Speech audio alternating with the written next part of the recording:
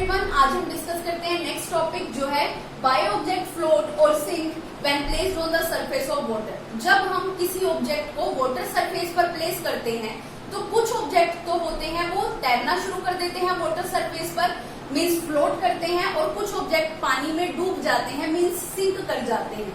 तो अब हमें यही डिस्कस करना है कि ऐसा क्यों होता है कि कुछ ऑब्जेक्ट तो पानी की सरफेस पे तैरते हैं और कुछ ऑब्जेक्ट पानी की सरफेस पे तैरने की बजाय डूब जाते हैं। तो अब देखो एक एग्जांपल के थ्रू इसको समझते हैं। आपने एक बकेट ली, उसके अंदर वाटर फिल कर लिया। आपने अब एक लोहे की कील को लिया, लोहे की कील को आपने पानी की सरफेस पे प्लेस किया।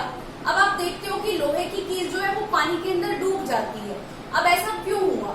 अब आपको पता है कि कोई भी मासिव बॉडी अर्थ पे, कोई भी मासिव बॉडी को अर्थ एक ग्रेविटेशनल पुल के कारण अपनी तरफ अट्रैक्ट करती है, अपने सेंटर की तरफ अट्रैक्ट करती है।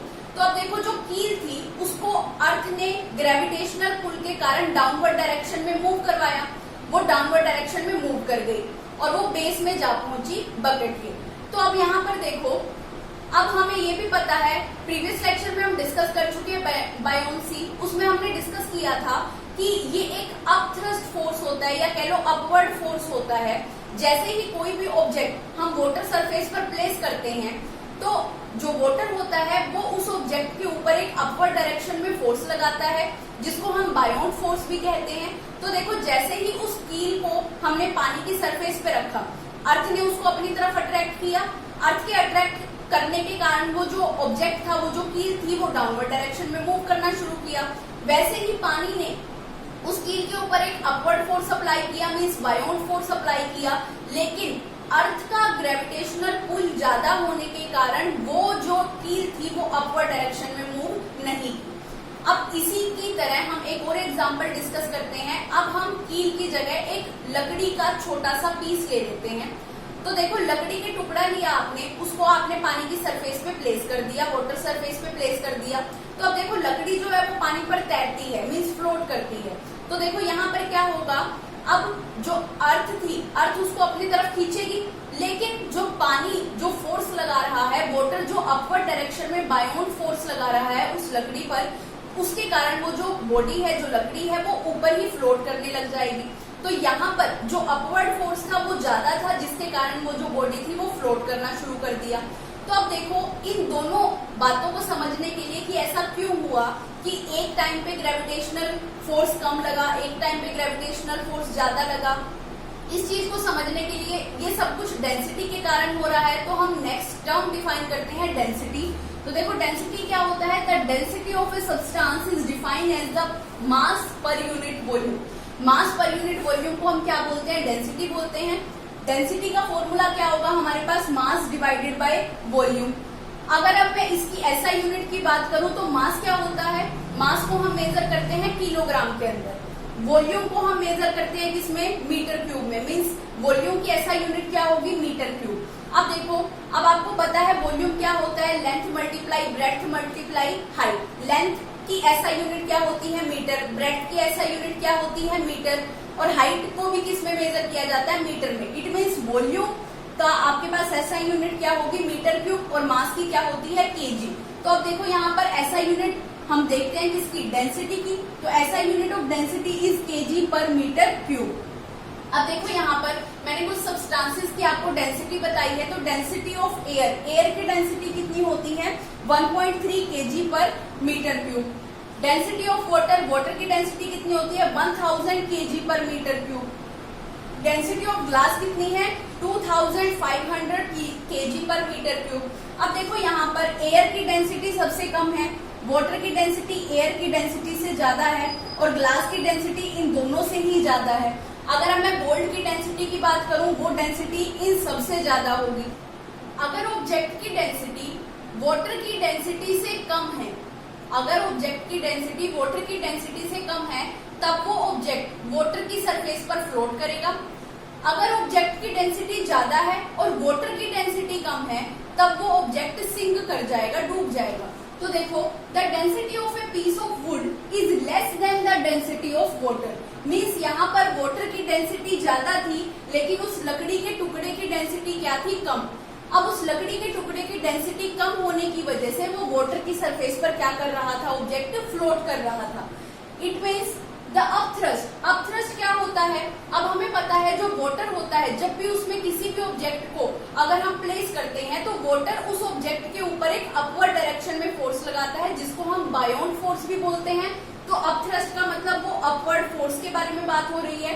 तो the upward upthrust of the water on wood is greater than the weight of the wood. Weight क्या है, अब वेट हमें पता है क्या होता है, मास मल्टीप्लाई में एक्सेलरेशन ड्यू टू ग्रेविटी। कि कोई भी ऑब्जेक्ट अगर अर्थ की सरफेस पर प्रेजेंट है या फिर अर्थ की सरफेस के नियर अबाउट प्रेजेंट है, तो अर्थ उस ऑब्जेक्ट के ऊपर एक ग्रेविटेशनल पुल लगाती है, उसको अपनी तरफ, अपने सेंटर की तरफ अट्रैक्ट करती है। तो देखो यहाँ पर वेट क्या है, ग्रेविटेशनल पुल जो अर्थ उस ऑब्जेक्ट के ऊपर लगा रही है। इट मीन्स यहाँ पे पानी का लगने वाला फोर्स मीन्स जो वाटर उस ऑब्जेक्ट के ऊपर अपवर्ड डायरेक्शन में फोर्स लगा रहा है वो फोर्स तो ज्यादा है, और जो अर्थ उस ऑब्जेक्ट के ऊपर फोर्स लगा रही है वो फोर्स कम होने की वजह से वो जो बॉडी है वो अपवर्ड डायरेक्शन में मूव कर रही है या कह लो फ्लोट कर रही है। नेक्स्ट आ जाता है हमारे पास आयरन नेल मीन्स लोहे की कील, जो हमने बात की थी। The density of iron nail is more than the density of water. Means इस लोहे की कील की डेंसिटी ज्यादा है और पानी की डेंसिटी कम है। तो अब देखो यहाँ पर ऑब्जेक्ट की डेंसिटी ज्यादा है, लिक्विड की डेंसिटी कम है, जिसकी वजह से वो ऑब्जेक्ट क्या करेगा, पानी में सिंक कर जाएगा, डूब जाएगा। That is the upthrust of water on the iron nail is less than the weight of the nail. Means यहाँ पर वेट क्या होता है, mass multiply acceleration due to gravity. Means earth उस ऑब्जेक्ट के ऊपर जो ग्रेविटेशनल पुल लगा रही है वो ग्रेविटेशनल पुल, वो फोर्स ज्यादा होने की वजह से ये जो ऑब्जेक्ट है वो डाउनवर्ड डायरेक्शन में मूव कर जाता है, मीन्स डूब जाता है। अब देखो यहाँ से क्या कंक्लूजन निकला, यहाँ से कंक्लूजन निकला object of density less than that of a liquid float on the liquid. Means अगर ऑब्जेक्ट की डेंसिटी कम है पानी की डेंसिटी से, तब तो वो लिक्विड पर फ्लोट करेगा, तैरेगा। If object of density greater than that of a liquid sink in a liquid. अगर ऑब्जेक्ट की डेंसिटी ज्यादा है और वाटर की डेंसिटी कम है, उस टाइम पर क्या होगा, ये जो ऑब्जेक्ट होगा ये सिंक कर जाएगा, डूब जाएगा। नेक्स्ट टॉपिक डिस्कस करेंगे Archimedes principle. According to this principle, when body is immerse partially and completely in a liquid, it experience an upward force that is equal to the weight of a liquid displaced by it। अब इस statement को, इस principal को समझने के लिए हम इसको दो पार्ट में समझते हैं। तो देखो फर्स्ट पार्ट देखो, when body is immersed partially or completely in a liquid, it experience an upward force। पहले इसको यहीं तक समझते हैं। तो देखो अभी हम प्रीवियस लेक्चर में बायोंड फोर्स के बारे में डिस्कस किया था कि जब भी हम किसी ऑब्जेक्ट को वाटर की सरफेस पर प्लेस करते हैं तो वो वाटर जो है वो उस ऑब्जेक्ट के ऊपर एक अपवर्ड डायरेक्शन में फोर्स अप्लाई करता है और उस फोर्स को हम क्या बोलते हैं, बायोंड फोर्स। तो देखो जैसे ही हमने इस बॉडी को कंप्लीटली या पार्शियली हमने पानी में डिप किया, लिक्विड में डिप किया, तो क्या हुआ, उस बॉडी ने एक फोर्स एक्सपीरियंस किया, एक अपवर्ड फोर्स एक्सपीरियंस किया। अब आपने ये भी नोटिस किया होगा, अगर आप किसी ऑब्जेक्ट का वेट करते हो नॉर्मली एयर के अंदर, तो उस ऑब्जेक्ट का वेट ज्यादा होता है, मीन्स वो भारी फील होता है ऑब्जेक्ट। और अगर उसी ऑब्जेक्ट को आप वाटर के अंदर उसका वेट मेजर करते हो तो वो ऑब्जेक्ट आपको हल्का फील होता है। मीन्स जो लिक्विड के अंदर है, किसी भी फ्लूइड्स के अंदर वाटर, जैसे वाटर फ्लूइड का एग्जांपल है, अगर वाटर के अंदर आप चेक करते हैं कि किसी ऑब्जेक्ट का वेट जो होगा वो एज कंपैरिजन टू एयर के, मीन्स नॉर्मली आप उस ऑब्जेक्ट का वेट करोगे तो वो ऑब्जेक्ट आपको भारी फील होगा और पानी में उस ऑब्जेक्ट का वेट क्या हो जाता है, कम फील होता है। मीन्स वो जो ऑब्जेक्ट है वो वेट लॉस कर देता है, और ये लॉस ऑफ वेट किसके कारण हुआ, क्योंकि उस बॉडी के ऊपर जो अपवर्ड फोर्स लग रहा था उसके कारण ये वेट लॉस होता है। तो जो अपवर्ड फोर्स है वो इक्वल होता है लॉस ऑफ वेट की। अब देखो नेक्स्ट स्टेटमेंट है हमारे पास, that is equal to the weight of liquid displaced by it. अब देखो वो जो अपवर्ड फोर्स है वो किसके इक्वल होता है, to the weight of a liquid displaced by it. इसके लिए मैंने क्या किया, इसको समझने के लिए मैंने एक बीकर लिया जिसके अंदर आपके पास ये मेंशन कर रखा है 100 ग्राम, 200, 300, 400 एंड 500। इस बीकर के अंदर मैंने पानी फिल कर लिया, कहाँ तक, 300 ग्राम तक मैंने यहाँ पर वाटर फिल कर लिया। अब जैसे ही आपने किसी ऑब्जेक्ट को धागे के साथ बांधा और इस बीकर के अंदर डिप किया, मीन्स पानी के अंदर कंप्लीटली उसको डुबो दिया।